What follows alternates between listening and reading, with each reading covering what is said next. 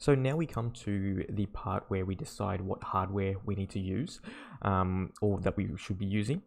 So the way that you would think about this is think of this project as setting up your personal financial infrastructure, and that comes at a cost.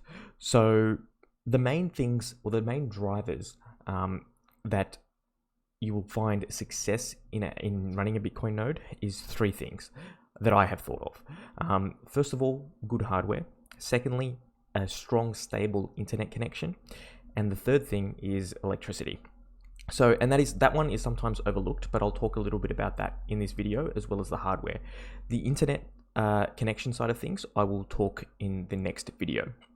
But you do have a couple of options here that I'll run through. I'll show you some of the hardware that I have and some of my recommendations as you go through this process of figuring out what hardware you need and what you want to build your Bitcoin node on. Now, think of these costs as something that is it's kind of like an investment, and I'm not necessarily saying that it is going to be quite expensive. I think this can be done. I mean, you don't need to go into the thousands of dollars for this. I think this can be done quite well within the hundreds of dollars. So just keep that in mind. Now, in terms of some of the options here, I've labeled them out: option 1, option 2, option 3, and I've listed out the pros and cons of each of them. Now, let's just go straight into them. So option 1 is a virtual machine. So you can run this in a virtual machine. What's a virtual machine? Think of it like a computer inside of a computer. And so say, for example, you have your Windows desktop or your laptop, and you can run a piece of software called VirtualBox or any other virtual machine software, and you can then use that to install another operating system in it. In this particular instance, Ubuntu Linux. And so you can install it on a virtual machine. That has its pros and cons, which I'll get to in a moment. The second option is to do this on bare metal, which means that essentially you run Ubuntu natively on a computer. It'll have a desktop, keyboard, mouse, everything. You'll have its own workstation. And the third option is to run it on a boot disk. And so what you can do here is install Ubuntu on a particular drive, like a 1 terabyte SSD, and then what you can do is tell your computer to, hey, instead of loading up Windows, load from this particular drive, and that will have Ubuntu on it, and that will load your computer into that. So those are your three options here, and I'll take you through now the pros and cons. Now, the virtual machine is great for learning. If you're not sure where to start, this would be a very, very good place to start. This is where I'm going to be doing my demonstration of, because it's pretty much easier for me to learn and as well as teach and wipe things. So virtual machines are great for learning. You can take snapshots, you can make mistakes, you can delete, you can start over. So that is really, really good. And it uses your existing hardware. So you don't need to go out and purchase too much. And I will recommend some other things that you might want to run your virtual machine on and follow me as I do this. That's an option that you may wish to consider. Now, the cons of this is that it requires generally a little bit more or a better hardware specifications, and it needs to support virtualization, or that computer needs to support virtualization. And some of the older ones probably don't, but most generally newer models of computers will support virtualization.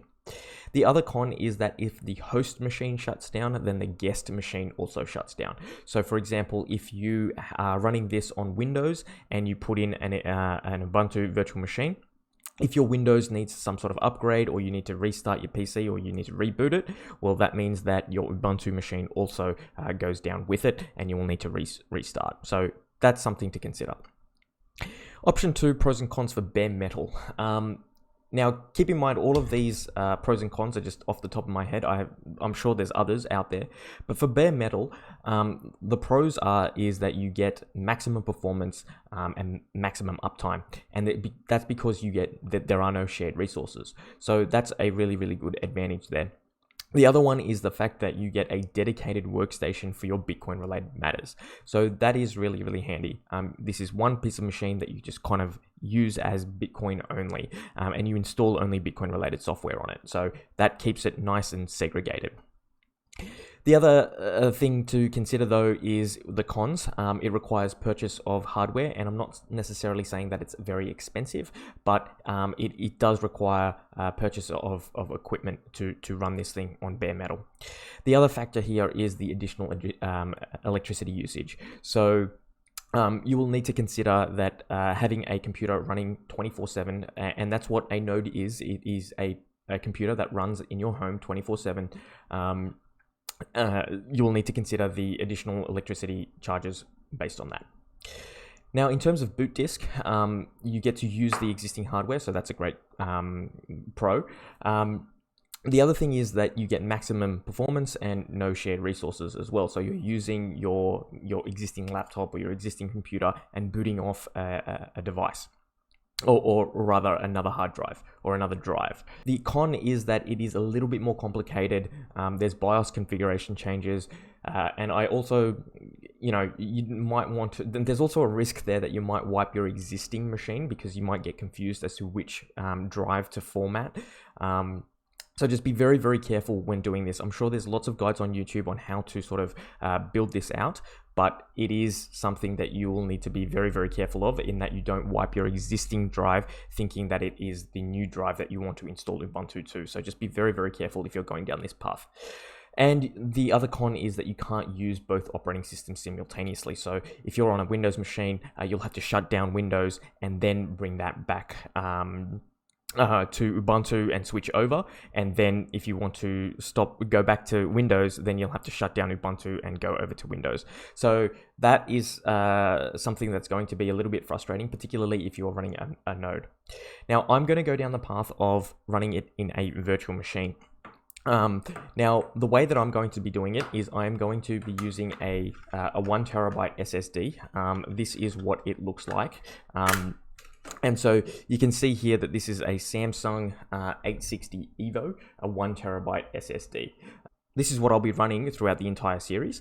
So this is what I'll be using. And I've also got it in what's known as an enclosure. So you can see here that this is just a clear sheet of plastic with a place where you can insert that. And so you just literally just take it and put that in like so, and it's nice and secure. And you can then plug this directly into your computer via USB cable. And that basically gives it a nice drive. So that's what I'll be using, and I'll be going down the virtual machine path of option 1 is what I'll be using. Now, in terms of bare metal, this is what I run on my home computer. Now, this is a Dell Optiplex. I think it's a 9070 model. And you can see basically that it's just a very small basic computer.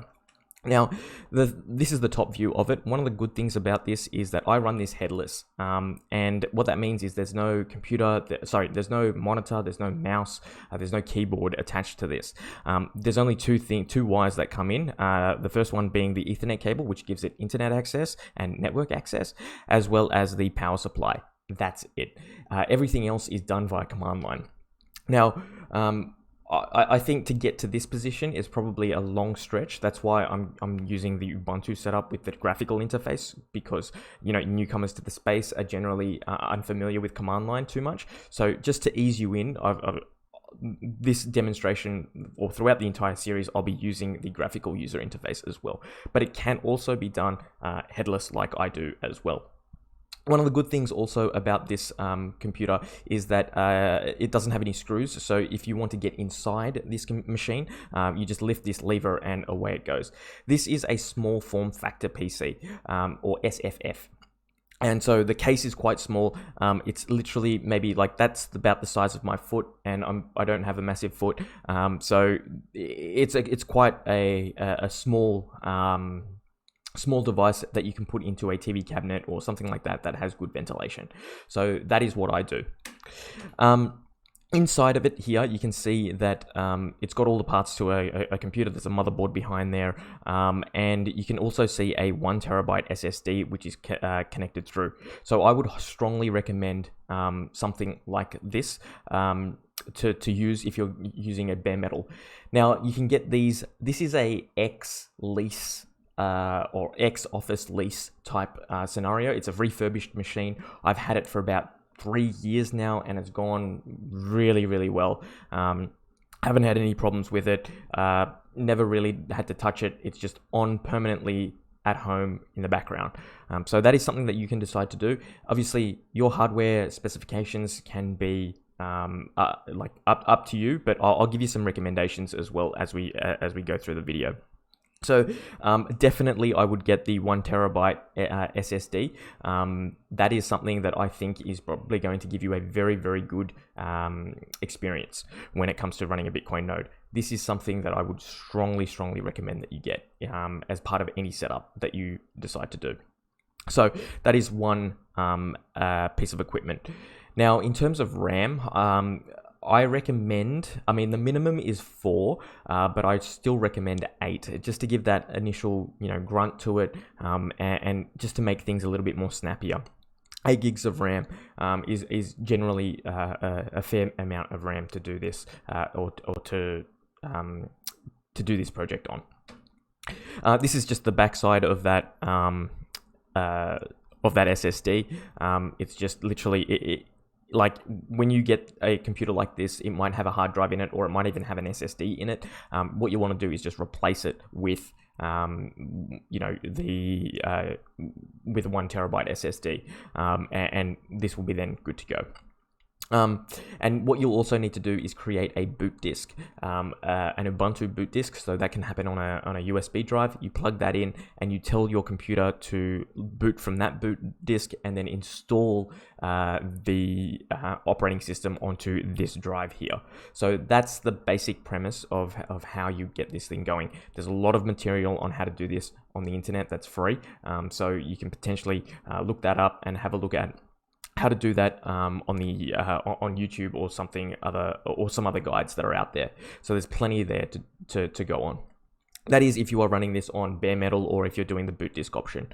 With the virtual machine, I'll go through it anyway, and you can do it from scratch with what I have, and you can see what I'm doing. This is just another screen here. And yeah, basically this is just the box itself. So that's what I have there. So now I'll take you through where to buy all of these gadgets from. We have this website in Australia called ozbargain.com.au, and you can buy for example, Dell Optiplex refurbished, small form factor i5, 8 gigs of RAM with 240 gig SSD. Obviously, we'll be ripping that SSD out and putting a new one in, which is what I've done. And so you can get something similar to this. Now, this will go, I believe, to eBay. And you can select, SSD, 8 gigs of RAM. Now, in terms of Wi-Fi cards, I strongly recommend that you Ethernet this in if you can. Now, if you can't do that, then you'll have to look into Wi-Fi, but I strongly recommend that you just plug it into the Ethernet port that's in there. That just reduces another vector that you might need to troubleshoot in the event that something does go wrong. I would recommend no Wi-Fi and just using the Ethernet cable. So that comes to Australian dollars, $269. That's fairly inexpensive. Add to that a 1 terabyte SSD, which again I think you can probably get on Ozbargain or even eBay. So if you go Samsung 860 Evo, this is my top pick of an SSD. Here you can get something for $150. And yeah, this will be something that you can use. Now, newer models will also have Samsung, or newer motherboards of computers will also have Samsung Evo, I think it's 970. This is the NVMe SSD. They look something to this effect. They look like this. They're just a chip. These are extremely quick, but they do cost a little bit more, and your motherboard needs to support this. Generally speaking, it's the newer motherboards. So if you're buying an old refurbished PC, it may not have a port where you can plug that into. But that is something that you may wish to use as well.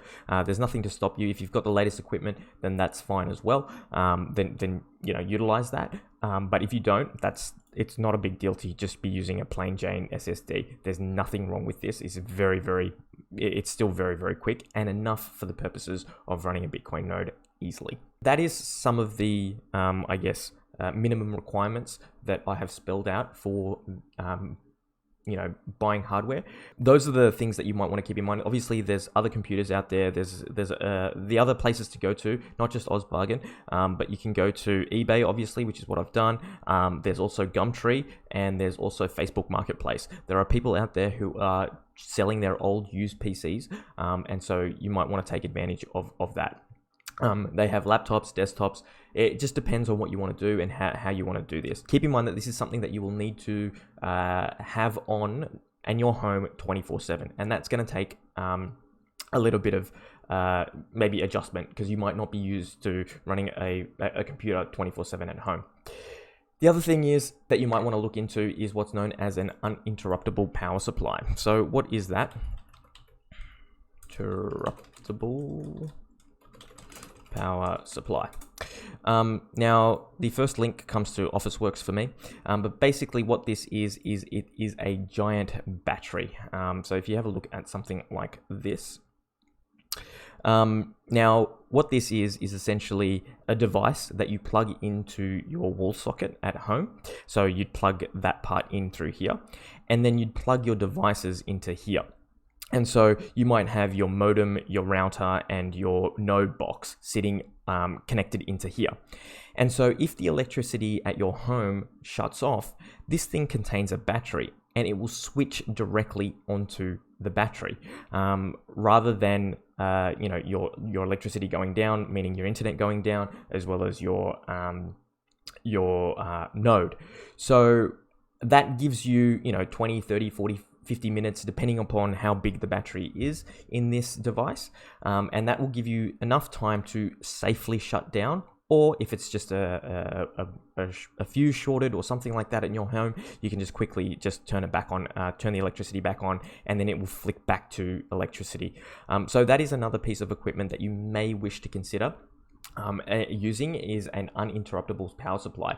So that is something that you can use in the event that you have electricity that's a little bit flaky, and that gives you enough time. So if you're getting, from your area, if there's, a power outage that that's scheduled, then you can safely shut this thing down at that point in time.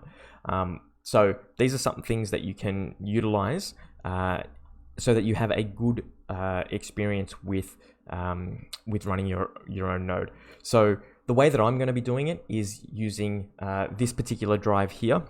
I'll be putting a virtual machine disk onto here, and then I'll be running Ubuntu off this, and then I'll be demonstrating it using a virtual machine.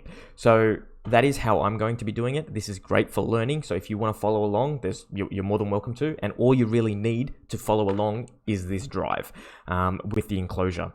And these enclosures will come in at about $10 or something. They're very, very cheap. This thing is, you can find on eBay as well. Just type in SSD enclosure and you'll get it. So that pretty much, I guess, explains a little bit about the hardware and the electricity requirements that you will need. This is something that you will have online, permanently connected to the internet, always 24/7. And so you will have a better experience doing this, and you will have all of your services up and running on this machine for Bitcoin related matters. So it's up to you how you want to play this. It really is. So, do your own research, stick within your own budgets. You can see that it can be done on the quite cheap. So you utilize what you currently have, assess it, and see what you can do. And then, as you're learning, you can sort of build it out into a little bit more and keep adding things and building this out, so that you and your family can, become a little bit more self-sovereign when it comes to matters of money. So I hope that helps with the hardware side of things. It is completely up to you, but you can always follow me as well as to what I'm doing. So take it for what you will. Thanks for watching, and if you would like to support the work that I am doing, head on over to our website at ministryofnodes.com.au and click on the support button. We also have paid video tutorials, so feel free to check out our store for that. On our web store, you can find a booklet that contains the commands to the entire series, so feel free to check that out as well. And finally, we also offer private consulting sessions where we can discuss Bitcoin related matters. Feel free to book in a session on our calendar. Once again, thanks for watching, and I'll catch you in the next video.